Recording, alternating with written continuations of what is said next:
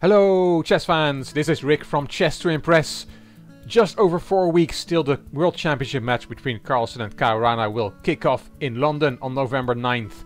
On Chess to Impress we continue the countdown, the build up to the great event by looking at the first 46 events in the history of the undisputed and official World Championship.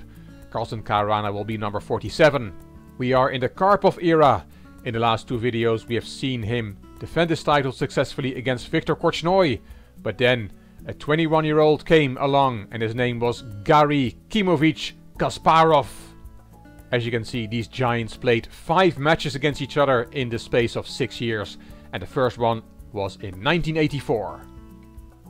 Kasparov qualified for the World Championship match by winning the candidates. In the quarterfinals he beat Belyaski, Korchnoi beat Portish, Ribli beat Torre, and Hübner and Smyslov. Yes, at age 62, the 7th world champion Vasily Smyslov qualified for the candidates matches. Smyslov and Hübner could not be separated, and in the end it was a roulette ball that had to decide who went through, and Smyslov went through. Kasparov then beat Korchnoi in the semi-finals, and Smyslov beat Ribli. In the final, Kasparov got the better of Smyslov. There were some political games surrounding the Kasparov-Korchnoi semi-finals, which led to Kasparov forfeiting the match.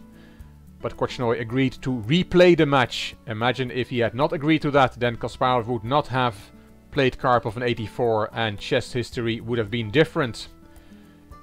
In the candidates final, Kasparov beat 63-year-old Vasily Smyslov, the 7th world champion, as I mentioned. But this amazing feat should be mentioned again. The Karpov-Kasparov match was held in Moscow, and the first player to win 6 games would win the match, draws not counting. The match had barely begun, Karpov was already ahead 4-0 after 9 games. And then Kasparov dug in his heels, made 17 draws. Karpov made it 5-0 in game 27, Kasparov won game 32, and then 14 more draws followed. 46 games had been played, more than in any World Championship match in history. Both players were exhausted. They had played for 5 months already. The match had started in September 1984, and we were already now at the end of January 1985. And then game 47 was played. Let's have a look at that game. Karpov was still 5-1 up, only needed one more win. It was the 30th of January 1985. Karpov white, Kasparov black, knight f3 from the world champion and knight f6 from the challenger. c4, e6, d4, d5. We have a queen's gambit declined. Knight c3, c6, bishop g5, knight bd7. Karpov played the e-pawn and Kasparov played the queen to a5. The main line here is knight d2, bishop b4 and then queen c2. But Karpov decided to take on d5 instead. Kasparov took with the knight, queen d2, unpinning the knight and protecting the knight, which was attacked twice. Knight 7 to b6, and here bishop d3 is the main move in this variation, but Karpov took on d5. Black's queen is hanging, Kasparov took with check, knight takes, and now all 3 captures on d5 are possible. With this pawn, or with the knight. Kasparov chose to take with the e-pawn, which is the most popular move in this variation. Bishop d3 from Karpov, and here bishop d6 had been played a number of times before, but Kasparov decides to push the a-pawn. And Karpov reacts to that with a4. Grandmaster Keen writes in his book, this weakening of the queen side was unnecessary, as white could answer a black move a5, a4 with a2, a3. And he mentions that f3 or h3 to restrict black's queen's bishop would be a better option here. But a4 was played. Bishop b4, king e2, unpinning the knight, and check, f3, and bishop back to h5. There's not much going on in this position, it's very even. There's no pawn tension in the position. h4 from Karpov, and Kasparov castled and offered a draw. After 15 moves we saw many short draws in this match, but Karpov refused. Even though he was exhausted after 5 months of play, he wanted to play on in this position. He played g4, gaining space, but Grandmaster Keen thinks that White's last 2 moves were a waste of time, which could have been used instead to develop the king's rook, or recentralizing the bishop. Kasparov went back to g6 and b3 from Karpov. The bishops were swapped and rook f e8. Here Karpov played rook a c1, but Keen believes that he should have played the other rook to c1, leaving the queen's rook to defend the weak pawns on the queen side. But rook a c1 was played.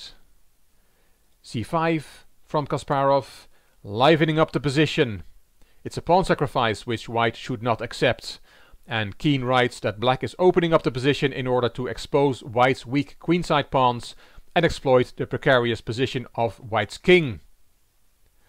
What happens if you take the pawn, accept the pawn sacrifice, then the knight goes back to d7, and now this pawn is attacked twice, and if you play it up, then there is b takes c6, and you cannot take because there is a nice knight fork. Black wins this. So you cannot win a pawn with White. Karpov did not take on c5, he played bishop f4. Rook a c8. Now he took on c5, knight d7, and he played c6, gaining temporary respite by closing the c-file, writes Grandmaster Keen. Kasparov took with the pawn, and this is better for Black. White is a very clumsy knight on d2. Rook h d1. Knight c5 check now, and the king goes to c2. Karpov feels his king is more safe on the queen side. Kasparov played f6, and knight f1, trying to reroute the knight. Keen writes it's already hard to come up with constructive moves for White. Knight back to e6. Bishop g3. Rook e d8. Black is preparing the march of his central pawns. Karpov played bishop f2. That bishop was hitting fresh air on g3. Keen says probably bishop e1 would have been better, trying to relieve the congestion of his pieces. The bishops will now come off the board. But bishop f2 was Karpov's choice. c5, there come the pawns, and knight d2. Karpov saw nothing better than returning with the knight. White's position is very uncomfortable. c4. Kasparov keeps pushing those pawns.